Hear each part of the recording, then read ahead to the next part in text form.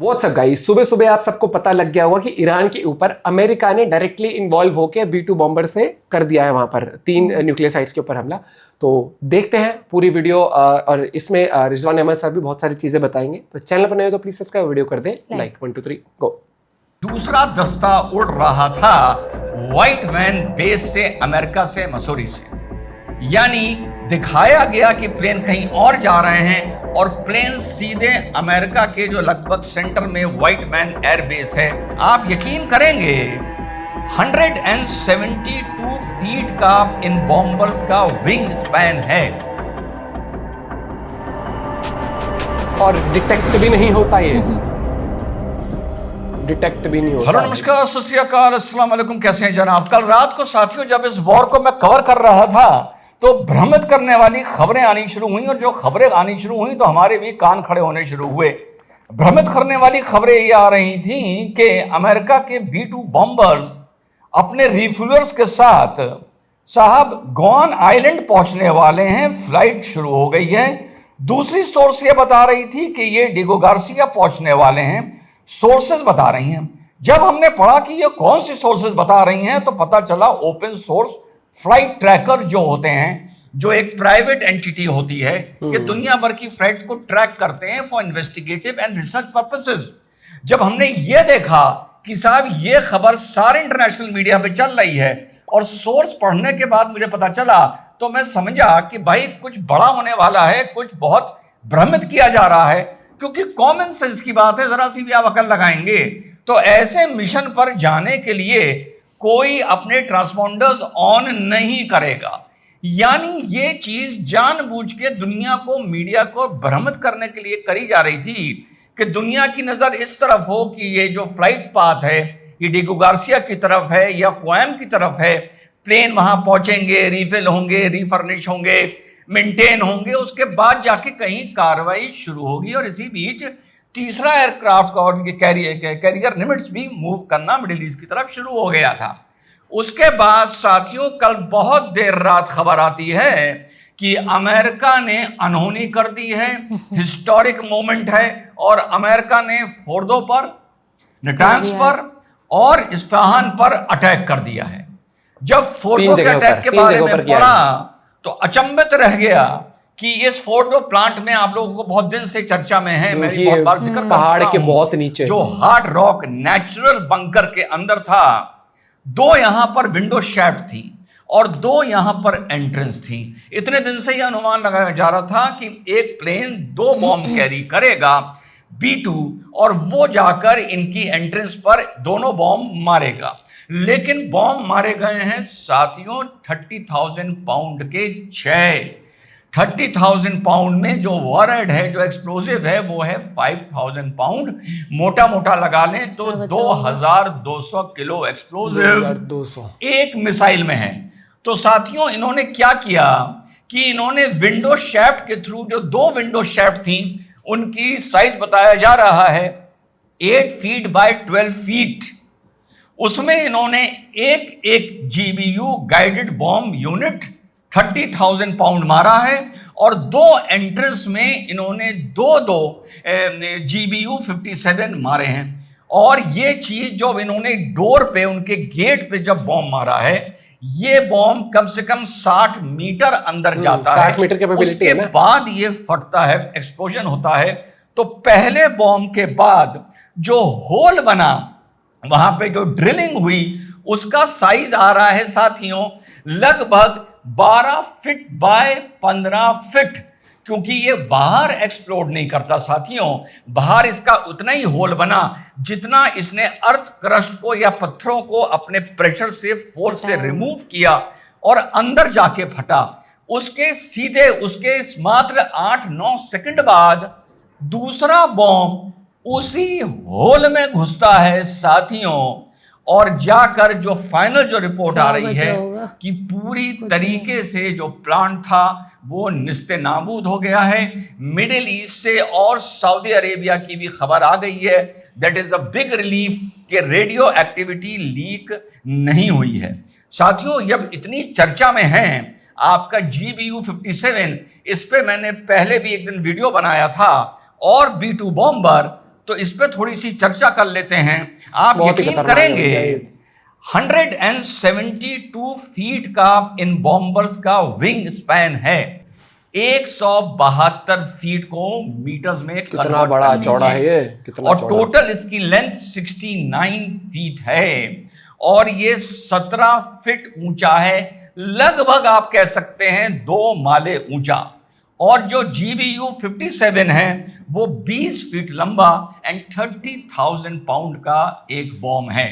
Fordow पे जो इन्होंने मारे हैं वो 6 GBU 57 मारे हैं और साथ में 30 टोमाहॉक क्रूज मिसाइल्स इन्होंने इस्फहान और नटैज पे मारे हैं, जो काम जो ग्राउंड वर्क इजराइल ने किया था उसका समापन करने के लिए। तो पुराने मुद्दे पर आता हूं, जो भ्रमित किया गया, भ्रमित इस तरीके से किया गया कि जब पूरा मीडिया कल रात को लेट नाइट जो लोग देख रहे होंगे, ये दिखा रहा था कि डिगो गार्सिया प्लेन जा रहे हैं या ग्वाम बेस जा रहे हैं, उस टाइम एक दूसरा दस्ता उड़ रहा था व्हाइट वैन बेस से, अमेरिका से, मसूरी से। यानी दिखाया गया कि प्लेन कहीं और जा रहे हैं और प्लेन सीधे अमेरिका के जो लगभग सेंटर में व्हाइट मैन एयर बेस है वहां से प्लेन उड़े हैं और जाके हिट करके वापस व्हाइट मैन पहुंच गए हैं। साथियों, उन प्लेन्स के बारे में जब आप पढ़ेंगे, हाल में मैंने इनके बारे में ज्यादा पढ़ा, ये सर्बिया में भी इस्तेमाल हुए थे, वो वॉर भी मैंने बहुत पढ़ी थी, हुतीस के अगेंस्ट भी इस्तेमाल हुए थे, अफगानिस्तान में इस्तेमाल हुए थे। तो पायलट इसमें 2 होते हैं और सपोर्ट स्टाफ इसमें 4 आदमी का होता है। अंदर इसमें बेड्स लगे होते हैं, वॉशरूम होता है, नहाने का इंतजाम होता है, छोटी सी पेंट्री होती है, किचन होता है, क्योंकि ये 30 आवर्स की फ्लाइट तक ले सकते हैं ये plane with of course refuelling. तो ये बहुत बड़ी खबर आ रही है साथियों। और अमेरिका ने जो धूले राजा हैं इस टाइम, आप समझ रहे होंगे कौन है, उन्होंने एक ईरान को संदेश दिया है कि तुम्हारा सबसे मुश्किल टारगेट हमने सबसे आसानी से पूरा कर लिया है। 8 फीट बाय 12 फीट की विंडो शेफ्ट में 40,000 से फीट की हाइट से एक मिसाइल अंदर मार देना और दूसरा मिसाइल वही मारना जहां पहले मिसाइल ने होल किया है, ये अपने आप में इस साइंटिफिक नॉलेज की, इंजीनियरिंग की, टेक्निकलिटी की, AI की वगैरह वगैरह, ये अपने आप में साथियों एक मिसाल है। ईरान ने, आप जानते हैं साथियों, 2 गलतियां करी, पर मेरे भाई नहीं मानेंगे। 79 में जब इस्लामिक रिवॉल्यूशन ईरान में आया, अब नई पीढ़ी को वो बात याद नहीं होगी जो सिर्फ गालियां देना जानते हैं। इन्होंने सिर्फ एक काम किया, death to Israel, death to America, death to Israel, death to America, death to Israel, death to America. दूसरी गलती मैं बहुत दिल से बोल रहा था जो ईरान ने करी है, जो इन्होंने हाइपरसोनिक मिसाइल और क्लस्टर बम यूज किया। क्या मिल गया? आज मैं पूछता हूं क्या मिल गया? मैं वही आदमी हूं जो कल बैठ के बोल रहा था कि अयतुल्लाह खमानी को मारने से क्या मिल जाएगा, मैं यही बोल रहा था ना। तो अब मैं उल्टा इसी बात को बोलता हूं कि तुम्हें इजराइल पे क्लस्टर बॉम्ब्स जो बैन हो चुके हैं, तुम सिविलियंस पे क्लस्टर बॉम्ब मार रहे हो, जबकि वो कोशिश कर रहे हैं कि तुम्हारे मिलिट्री टारगेट को टारगेट कर रहे हो, तुम हाइपरसोनिक मिसाइल यूज कर रहे हो। सबसे बड़ी बेवकूफी ईरान ने यही करी जो क्लस्टर बॉम्ब यूज किया, हाइपरसोनिक मिसाइल किया, क्योंकि इससे दुनिया को पता चल गया कि यस, ये इजराइल को अगर ये किसी दिन न्यूक्लियर बॉम्ब बना लेंगे, इजराइल इतना छोटा देश है, मात्र 1 या 2 न्यूक्लियर बॉम्ब इजराइल पर यूज करने होंगे और इजराइल खत्म हो जाएगा, इजराइल पूरा राख हो जाएगा, बंजर मैदान बन जाएगा। और फिर इजराइल के लिए लड़ने वाला कौन आएगा, बदला लेने के लिए कौन आएगा? क्या अगर ईरान इजराइल पर 2 एटॉमिक बॉम्ब मार देता, ठीक, तो वो तो चले जाते ना, बदला लेने के लिए बाद में अमेरिका आता ना आता अपने हिसाब से, वो एक अलग बात है। तो हाइपरसोनिक मिसाइल और क्लस्टर बॉम्ब यूज करके इन लोगों ने ये शो कर दिया कि ईरान इतना रेकलेस है और इतना टेक्निकली एडवांस हो चुका है कि अगर प्रिसीशन बॉम्बिंग ना कर पाए, कम से कम इतनी बॉम्बिंग कर सकता है कि जो वो 2 मिसाइल मारेगा वो इतना जरूर है कम से कम जाकर वो इजराइल में गिरेंगे। तल अवीव पे मारेगा तो जाके वो तल अवीव पे गिरेंगे, एग्जैक्ट कहां मारेगा वहीं गिरेंगे, वो अलग बात है, लेकिन असर बराबर होगा। 2 गलतियां जियोपॉलिटिक्स के हिसाब से इन्होंने की, एक 1979 में की और एक की अब ये वाले बॉम्ब्स यूज कर खबर पर आप लोगों को साथियों सेकंड वीडियो बनाकर अपडेटेड रखूंगा। जय हिंद, वंदे मातरम, खुदा हाफिज। जय हिंद, वंदे मातरम। ये जो इन्होंने करा, यही मैं उस टाइम, क्लस्टर बॉम्बिंग बैन है, बनाना भी, और बनाने का तो कंफर्म नहीं है, लेकिन ये यूज करना किसी भी लेकिन सिचुएशन में, इन्होंने साइन किया नहीं था ये ना क्या उस करते टाइम हैं भी। कि ये पड़े पड़े ना कई दिनों तक फटते रहते हैं हाँ। अलग अलग तरीके से, और प्लस इन्होंने हॉस्पिटल पे करा, और प्लस इनका भट्टा बैठा है जब से इन्होंने इसकी रिजीम ले आए थे, ये इस्लामिक रिवॉल्यूशन जब ये वहां पर लेके आए थे, और इन्होंने सिर्फ वो कह दिया था कि अमेरिका और ईरान, वो इजराइल, अमेरिका और इजराइल का खात्मा, मतलब इस तरीके से इनके भाषण थे कि इजराइल को मिटा देंगे, तब से ये रहा था। उसके बाद फिर पाबंदी लगाते गए लोगों के ऊपर, ऐसा ऐसा कर दिया है। तो दुनिया मॉडर्न होना चाहती है, तुम अपना अलग ये चल रहे 50 हो। साल पहले बिल्कुल ये ऐसा चलना है ना, बिल्कुल ही। तो फिर ये फोन भी यूज मत करो अपने कंफर्ट जोन के हिसाब से। नहीं, फिर तो अगर टेक्नोलॉजी नॉर्मल भी देखो मत करो। तो ये जैसे इतना न्यूक्लियर वगैरह ये सब तुम टेक्नोलॉजी से ही बना रहे हो, फिर तो तुम बनाओ मत, लोग आज नॉर्मल जैसे रह ईरान रहे के लिए लोग सिंपैथी दिखा रहे हैं। It is not about sympathy, it is not about right और wrong, it is about survival. Survival किसका? इजराइल का। इजराइल जो कर रहा है वो ईरान को मिटाने के लिए नहीं कर रहा है। हाँ, ईरान अपने जो कर survival रहा को है लेकर। वो उसको मिटाने के लिए, आंख दिखाने के लिए तैयारी कर रहा है न्यूक्लियर की। आप ये नहीं समझ रहे हो। इजराइल चाहता है वहाँ इससे न्यूक्लियर वाला सरेंडर हो जाए, कुछ ना बचे वहाँ बनाने का, और तख्ता पलट हो जाए, जो एक प्रो गवर्नमेंट होती है, तरीके से चलती है, सबको साथ लेके चलती है, लोगों का विकास भी देखती है, हर एक चीज वो आए। लोग बस इस चीज में लगे हुए हैं कि पूरी दुनिया से, जो इंडिया से भी कुछ निकले हुए ना, जो सिर्फ प्रॉपर उसको मतलब वैसे सपोर्ट करना चाहते हैं ईरान को, वो सिर्फ रिलीजन बेसिस पर कर रहे हैं, वो सही और गलत के हिसाब से नहीं कर रहे हैं।